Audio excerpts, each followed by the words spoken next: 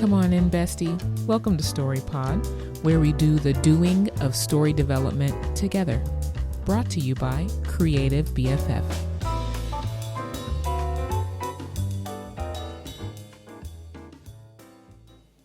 All right. Hello, friend. Good morning for you, or evening or afternoon, whenever you're watching this. Excuse me. I hope you've been well. My name is Ashley. This is the StoryPod podcast, and I am your creative BFF. On this podcast, we get into the storytelling gym, as it were, as I like to call it, and we practice on things that don't have a whole lot of pressure, that we're not trying to write our magnum opus on, so that when we are writing our magnum opus, we're ready, okay? We're ready for it. We come ready to throw the punches, all right, and knock it out of the park.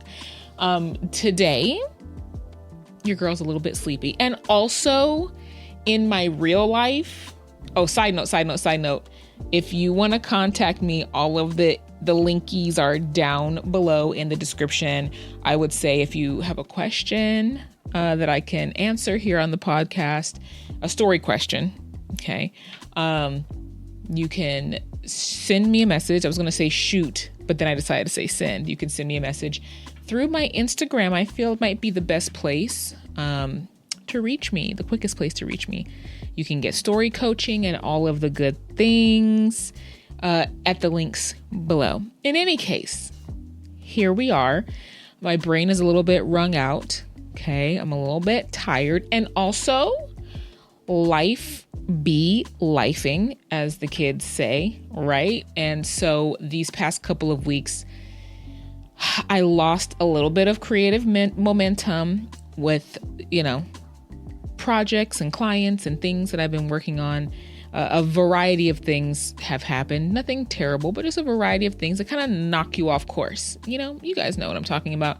So in an effort to sort of, do what I say that we do on this podcast, and listen, get in the gym and just, lift some weights. Let's lift some storytelling weights. And then hopefully when the time comes for me to perform for myself and for my clients, I will have, the strength to do so. So in order to do that, we're going to be doing a little exercises, obviously not a Reddit question, because you got no, what do they call it? Cold open, soft open, whatever that's called. We are going to do a little experiment. And last week I put up a video.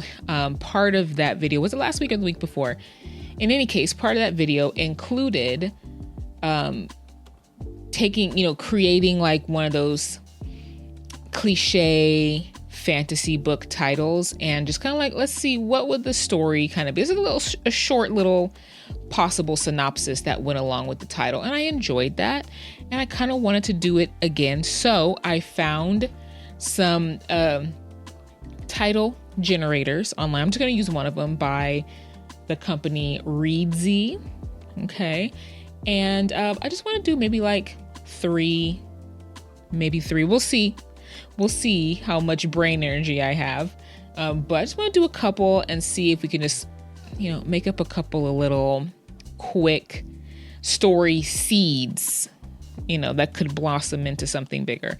So let's go ahead and transition the screen so that you can see what I'm looking at. Boop. All right.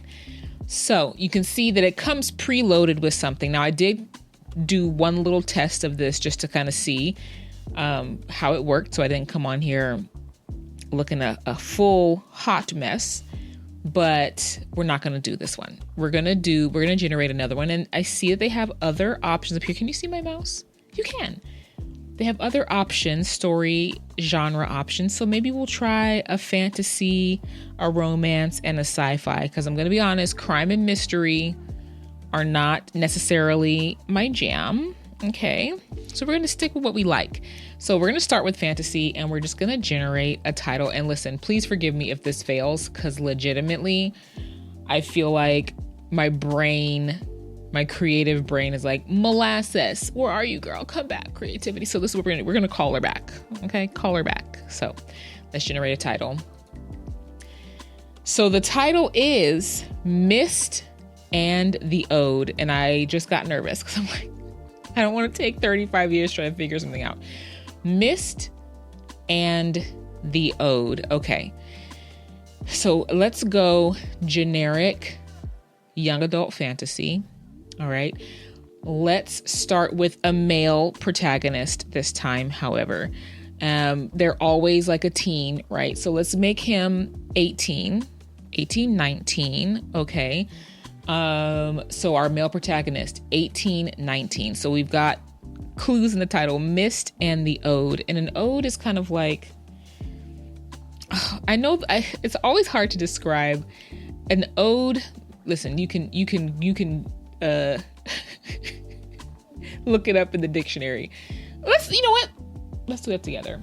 I have a dictionary saved up here, so I have to look around my camera. Open in a new tab. Dictionary is always kind of slow. So let's just make sure we know what ode means. I know what it means. However, listen, don't judge me. Listen, it's his after work special. An ode, a suffix of nouns appearing in load. Wait. What are you talking about, bro? That's not what. Okay, here we go. A lyric poem, typically of elaborate or irregular metrical form and expressive of exalted or enthusiastic emotion.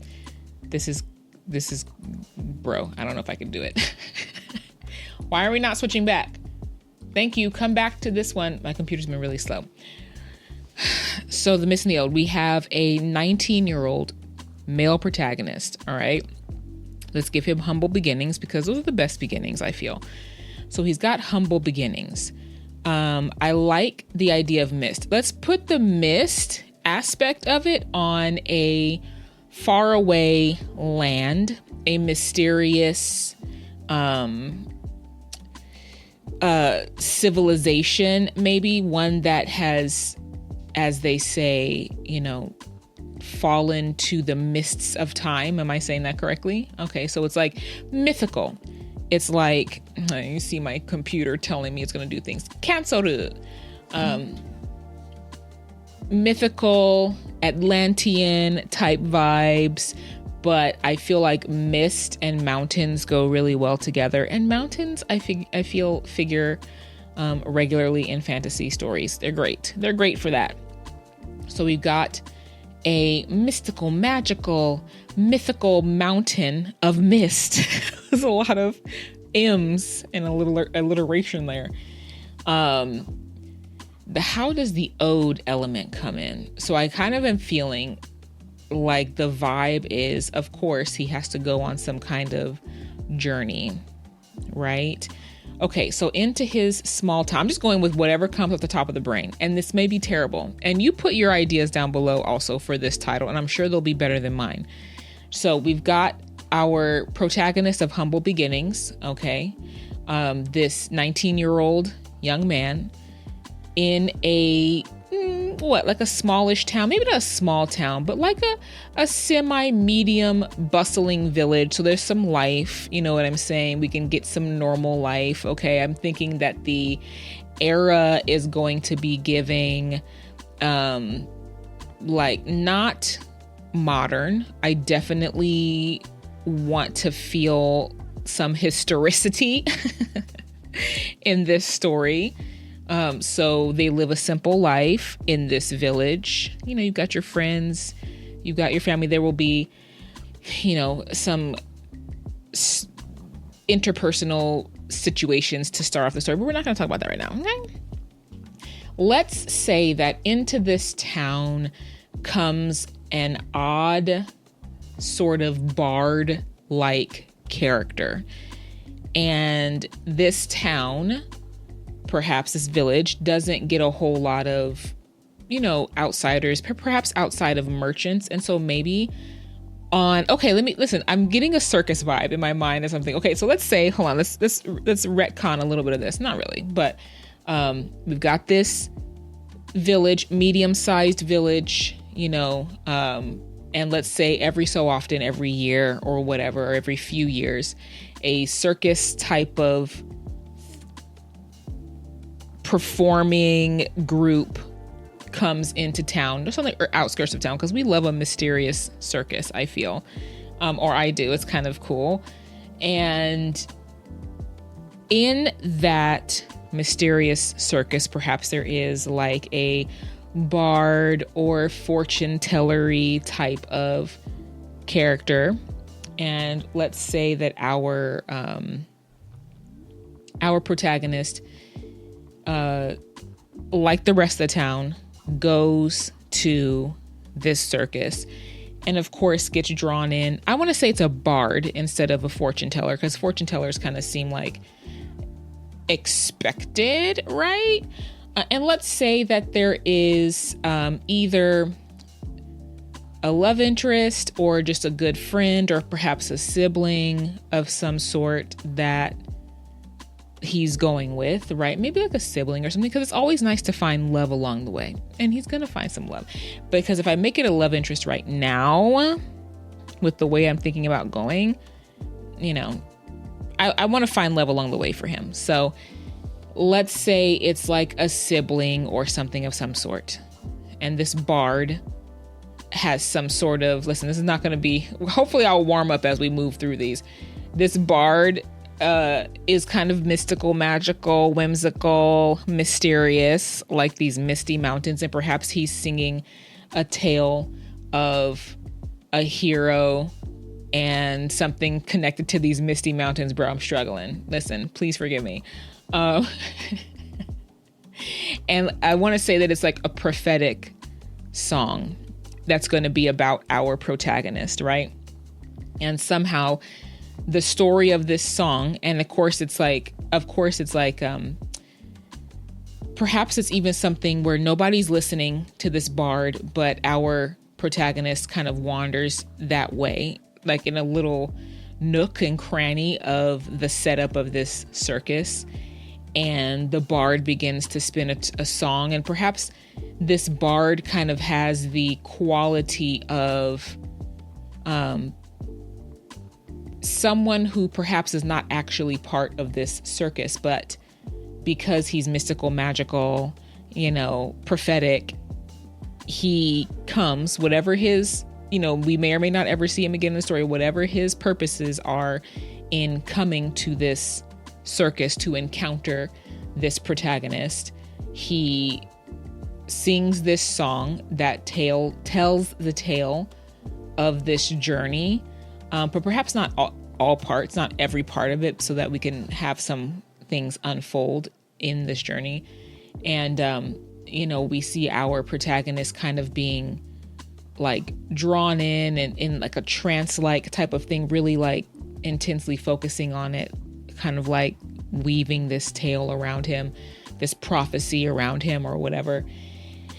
And then perhaps what gets him on the journey to these misty mountains is his sibling or whoever he was with disappears from, you know, during this circus, or perhaps not that night. Maybe, you know, the next day the family wakes up and the sibling is not in the bed.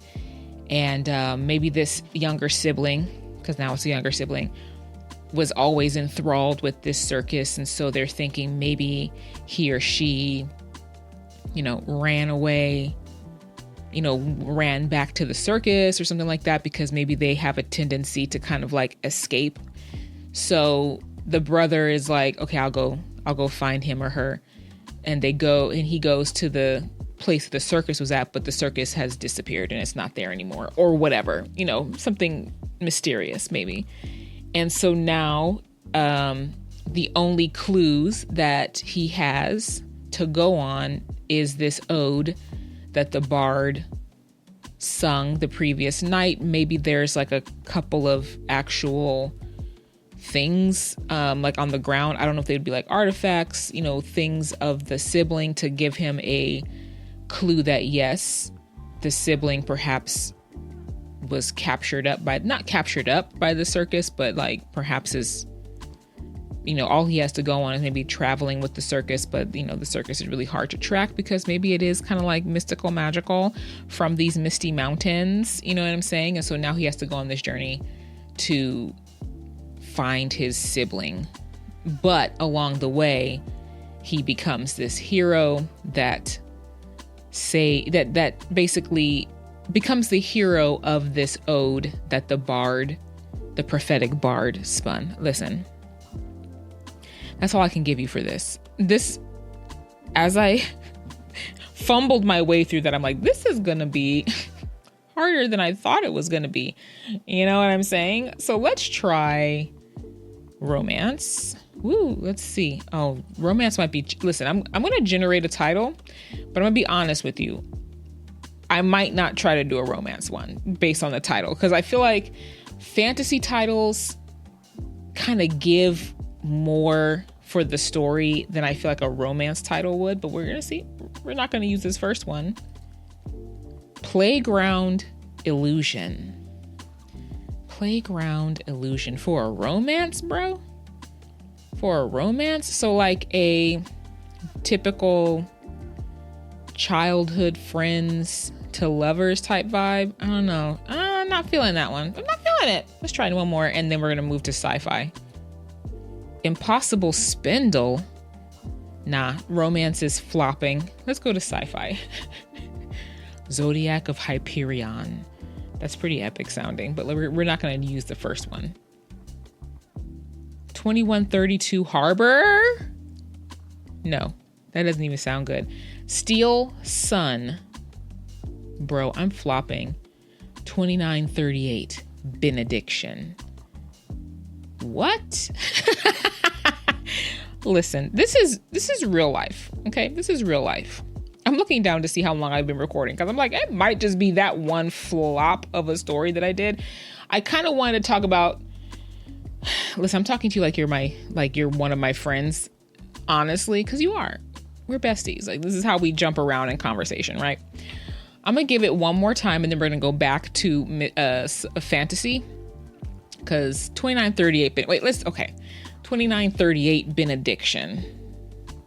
2938 Benediction. Let's look up benediction. I generally know what it means. I say that, but do we really? Let's look it up.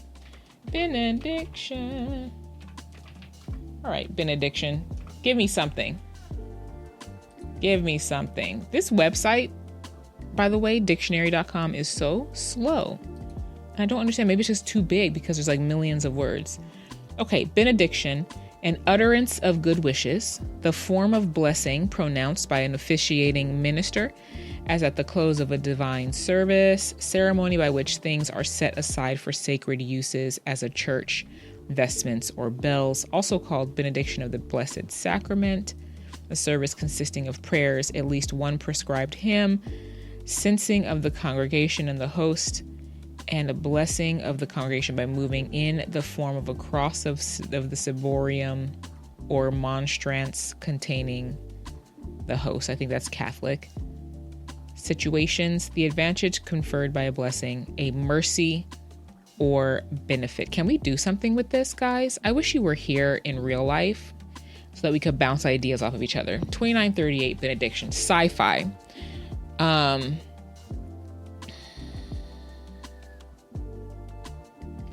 My brain said no. But listen, if you can come up with an idea for that, put that down there. I'm gonna leave that one for you. 2938 benediction. You have the definition of benediction. This is a sci-fi, okay? Go ahead and leave in the comments what your story would be for that. These ones that I'm skipping, those ones are for you, okay? Next one. Distant Skull. Nah, we're not gonna be able to do it. We're gonna go back to fantasy. Like, honestly, I'm flopping, bro. But listen, sometimes this happens, right? I'm flopping hardcore, but we're still friends, right? This is going to be a flop episode. I've accepted it, and that's okay. Fantasy. Thief of Six. That's kind of cool. I don't know if I can make a cool story out of it, but I kind of like that idea. I like the idea of a thief, kind of like the main character being a thief, okay? But like, he's a little bit of a rogue. Again, we're going to do a male. Okay. A little bit of a rogue, living on the edges of society, perhaps. What kind of society? 6. Let's see.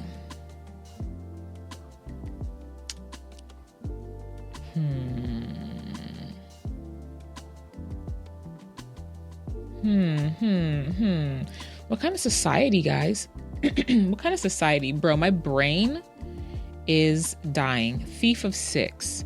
Rogue, a lovable rogue. Thief. Thrust into a situation outside of his control. Okay. Perhaps he stole the wrong artifact. Now this is all so cliche, bro, but my brain is only operating in cliches right now. Please forgive me. Like, this is just the seed, right? And then we would take these cliches and then we would turn it into something beautiful. Okay. So don't judge me based on these story seeds that are kind of whack. They're kind of flopping, but it's okay. So what do we have here? Lovable rogue, accepted a job, not really paying attention to the full scope of what it would entail. Perhaps there was a little bit of, what is it called? There were some stakes attached to it, some high stakes. Perhaps something or someone that he cared about, either was being threatened or there was an offer of help for some need that he had, or that the person that he cared about had, if there is a person. And so whatever the impetus, or it could just be that it's like he's a thief and he takes these kind of jobs and he just needs some money and was supposed to be like a regular job, break into this place, grab this artifact, drop it at the location. And then perhaps when he's in this particular, on this job, perhaps he encounters who will become his love interest, who is going to be on the opposite side of the coin, probably, because that's always good, right? Enemies to lovers. Is that something that we love, right? But perhaps this artifact confers some abilities and powers that were unexpected. Perhaps it's kind of like similar to like a sword in the stone type of vibe, where maybe there's something in this particular thief's past that the person who hired him or the organization who hired him knew, making him the right candidate to grab this, because maybe it is something like there are certain protections set up, maybe magical protections set up around this artifact that have made it so that nobody else has been able to get it thus far, but he's able to. So maybe it's like, let's give it like a dusty, deserty type of place that he has to go to, like a cave in the desert type of vibe, or a ruined temple in the desert type of situation, right? You can kind of picture it. It's hot. There's sand falling from the ceilings. It's quiet, but it's grand, even though it's, decaying, so it's like dangerous, but it's beautiful. We've got that hot afternoon sun beaming down and casting long shadows and all that kind of stuff. And it's kind of just been left to time, and people have forgotten about this particular place. And there's an artifact, perhaps one of 6 artifacts, okay, that he eventually will have to capture. But perhaps as he's going in to get this artifact, there's another, maybe, I don't know if she would be a thief, or if she would be like somebody who's on a more righteous side. We kind of love that, like a paladin type of vibe. I'm sorry, the word vibe is the word of the night. Please forgive me. A paladin, kind of holy order, goody two shoes type of person, maybe. And it can rub each other the wrong way. And then they eventually rub together quite well, right? They fall in love. But anyway, that's in the future.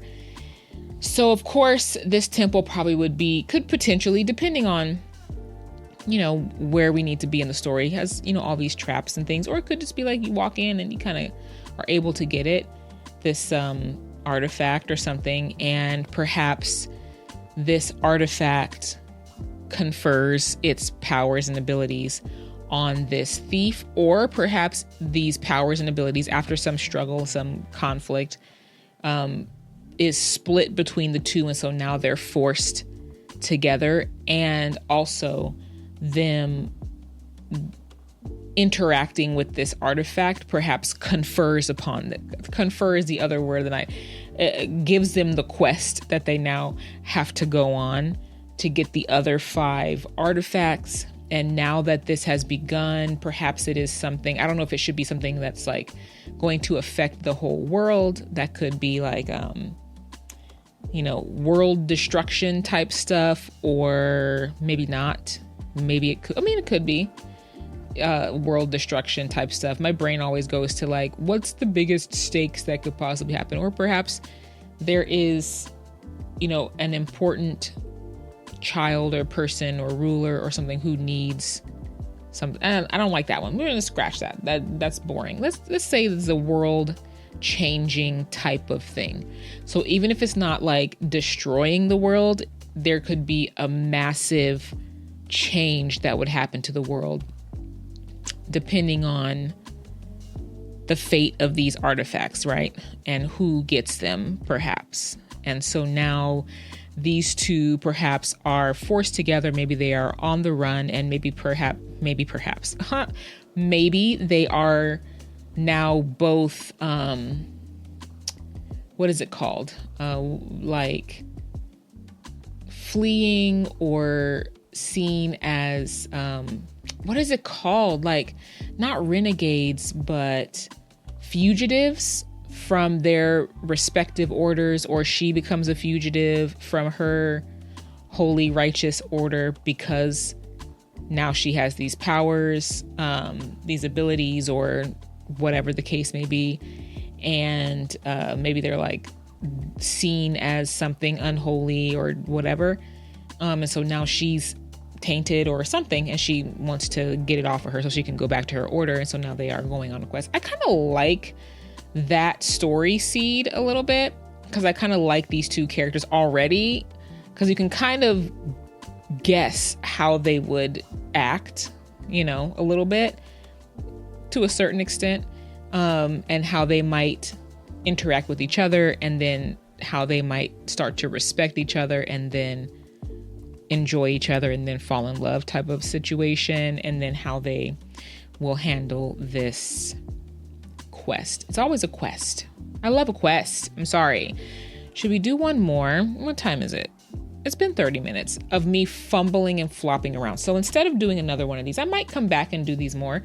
But instead of doing another story, I feel like I kind of want to briefly talk about a game that I enjoyed. And I played it like a couple months ago. And it's called, because I was talking about Nier and how I kind of was like, I don't know how I'm feeling about it. This I didn't like the way they did this particular story thing. I won't go back into it, but a game that I did actually unexpectedly enjoy the story of is called Planet of Lana, and it's a semi-brief, I want to say maybe 6 to 10 hour game. I don't even know if it was 10 hours, maybe 6 to 8 hours or something like that. Kind of, sort of, I guess I would call it an action platformer type of thing. And at first, when I was, first coming into, it was on sale. That's why I bought it. And it had good reviews. And in the first couple of minutes, kind of the tutorial section of you chasing your friend through this kind of fishing village, it felt quaint and everything, but I also was kind of like, I don't know if I'm going to get into this. I don't know if I want to do this kind of quaint, small village platformer type of thing. But I was like, let me give it a minute. And it captured me. Cause I didn't really like read any reviews. I just saw that it was on Steam. So I saw that it, was very positive. I maybe watched the first few moments of any trailer. I don't even know if I really watched the trailer, but it was on sale for really cheap. So I was like, I'll get it, whatever. So I was surprised the direction that it went. And this surprise very early on captured me enough to be like, what is going on? Because it was a weird juxtaposition. So we're starting off with, like I said, this quaint fishing village. There's no dialogue, except for like names and sound effects that the characters are making, like laughing, breathing, whatever, that kind of stuff, grunting and whatever. But when she catches up to her friend, it's like aliens or machines. I didn't know what they were. They looked like aliens because they were falling from the sky. I was like, is this like an alien invasion? Like, what's happening here? I didn't realize really what it was until further on in the game. But that juxtaposition of a quaint sort of fishing town, not modern looking. I can't think of like what the name of the era of this would be. But very, I don't even know. It felt very indigenous, that kind of thing, indigenous peoples type of look to it. And I really enjoyed that. And then it's like machines or aliens or something falling from the sky. And that juxtaposition caught my attention. And then, we go through the game and the puzzles are very enjoyable. They weren't like crazy. It was a game that I could enjoy, after work, and didn't require a lot of emotional, at least I thought, didn't require a lot of like super brain power, super emotional energy. There's a time and a place for that. But it was just, the puzzles were challenging enough to be enjoyable. And the style was very cute. I thought it was very beautifully put together, as a whole. But I was very surprised at the end, and my emotional reaction to the end. I definitely was like, ooh, why am I getting choked up over this? Because you get this little creature. I apologize if I'm spoiling it, spoiler alert. You can turn it off here.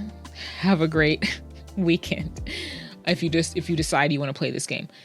But early on, you get this little creature who basically is your partner in the game and helps you solve the puzzles and, make your way to trying to... Okay, so what happens is, your friend gets captured, as does the rest of the village, by these alien or machine or robots, whatever these things are that are invading at this time. And so now her journey is to try to get her friend. I don't know if it's a friend. I was like, I don't know if this is your brother or if this is like your best friend. At the very end, it seemed like there might have been a little bit of romantic-y type stuff. So I'm like, okay, maybe it's just like your best friend.